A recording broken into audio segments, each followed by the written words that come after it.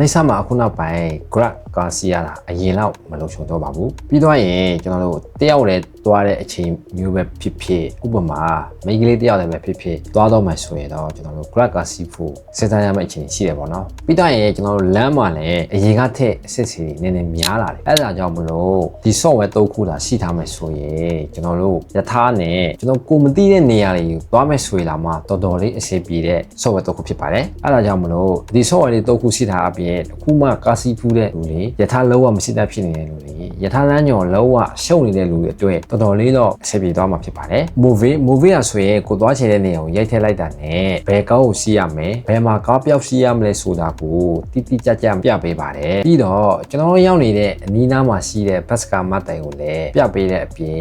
အဲ့ဒီမတ်တိုင်ကိုရောက်မဲ့ကားဘယ်ခြေရောက်မယ်ဆိုတာရယ်ဘယ်ခြေထွက်လာမယ်ဆိုတာကိုရယ်တိကျပြပေးပါတယ် My Repeat Plus ဒီ software ကတော့ KS Lagon နဲ့ပြည်နန်းကွာတန်းတို့အဓိကအသုံးပြုပါတယ်အဓိကကတော့ယထာဂိတ်တွေကိုအဓိကလမ်းညွှန်တာဖြစ်ပြီးတော့ထားလမ်းညွှန်ပြီးတော့ရင်ဘယ်ယထာဘယ်ကိုသွားမှာဘယ်ယထာကဘယ်လိုစီးရမလဲဆိုတာပြပေးတဲ့အပြင်ကျွန်တော်တို့ကဘယ်ဂိတ်မှာယထာစစီးရမယ်ဘယ်ဂိတ်မှာရှင်းရမလဲဆိုတာတိတိကျကျပြပေးထားပါတယ်ပထမဆုံး3မိနစ်နေဆိုရင်ကျွန်တော်တို့ကယထာဂိတ်ကိုမစီးတဲ့ရင်တော့မှကျွန်တော်တို့ရဲ့စီးမဲ့ဂိတ်ကိုတိထားတာနဲ့ဒီဂိတ်မှာဆင်းပြီးတော့ဘယ်ဂိတ်မြောက်ရင်ရှင်းရမယ်ဆိုတာကိုကျွန်တော်တို့ကအဲ့ဒီ software ထဲမှာကြိုပြီးတော့ကြည့်ထားလို့ရပါတယ်နောက်တစ်ခုကတော့ Reverse ဟာ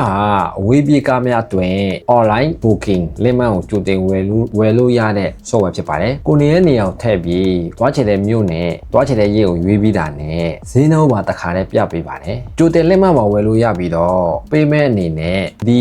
e-wallet လေးလည်းအသုံးပြုလို့ရပါတယ်ပြီးတော့ကျွန်တော်တို့မြန်မာတွေများသောအားဖြင့်ကြိုင်တဲ့ Mastercard နဲ့ Instapay တို့လည်းအသုံးပြုလို့ရတယ်ပေါ့နော်ဒါ့အပြင် local bank တော်တော်များများကိုလည်းတစ်ခါတည်းအသုံးပြုလို့ရပါတယ် KCC လိုနေရာမျိုးမှာရှိတဲ့ငါးပြတဲ့ကိုသွားမယ်ဆိုရင်လည်းဒီထဲမှာတစ်ခါတည်းလက်မှတ်ကြိုဝယ်ထားလို့ရပါတယ်ကျွန်တော်တို့ရဲ့လက်မှတ်ကိုကျွန်တော်တို့ရဲ့ Gmail ကိုပို့တာနဲ့ကျွန်တော်တို့အဲ့ဒီ QR လေးကိုပြပြီးတော့ကျွန်တော်တို့စီးတာပဲဖြစ်ဖြစ်ငါးပြတဲ့လိုနေရာမျိုးသွားတာပဲဖြစ်ဖြစ်ကျွန်တော်တို့အသုံးပြုလို့ရတယ်ပေါ့နော်ဒီဗီဒီယိုလေးကိုကြည့်နေတဲ့ဆိုရင်ကျွန်တော်ရဲ့ channel လေးကို subscribe လုပ်ခဲ့ပေးပါဦးဗျာဗီဒီယိုဆုံးထိကြည့်ပေးတဲ့အတွက်ကျေးဇူးအများကြီးတင်ပါတယ်